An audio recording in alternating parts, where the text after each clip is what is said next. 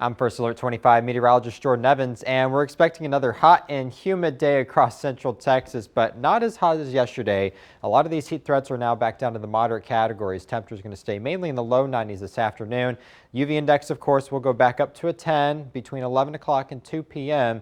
So make sure you're using some sunscreen if you plan to be outside during that time. But the good news is the heat index, of course, is going to be much lower than what we saw yesterday. Around 104 to 105 is what we saw yesterday. Only upper 90s expected later this afternoon. Future track, however, is actually going to show a little bit more cloud cover, especially early on this morning. And we do have a stalled frontal boundary over Dallas right now, and that's going to continue to stay up there throughout the day. So we might hold on to some of those clouds a little bit longer up across Hillsborough and Corsicana, but I think most of our area will begin to clear out as we get into the afternoon. But look what happens as we get into the overnight hours. We're going to be tracking for this for you on Good Morning Texas tomorrow morning as a complex will begin to approach our western counties and then likely make its way into the area as we get into the overnight hours. But as you saw there, it'll likely fall apart as it does so. So maybe west of I-35 will have those better chances for thunderstorms early tomorrow morning before we expect mainly a dry day once again getting into your Thursday. But as we talk temperatures now for this afternoon,